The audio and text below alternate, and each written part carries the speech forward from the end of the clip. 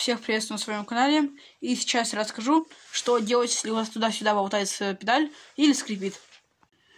Первое, что мы делаем, убираем пробку. Дальше берем, находим нужную головку и затягиваем. Тем не менее, держа педаль. После того, как затянули, берем и закрываем. Ну а что делать, если у вас не левая, а правая педаль? Все то же самое. Убираем, затягиваем. И на этом все. Спасибо за просмотр.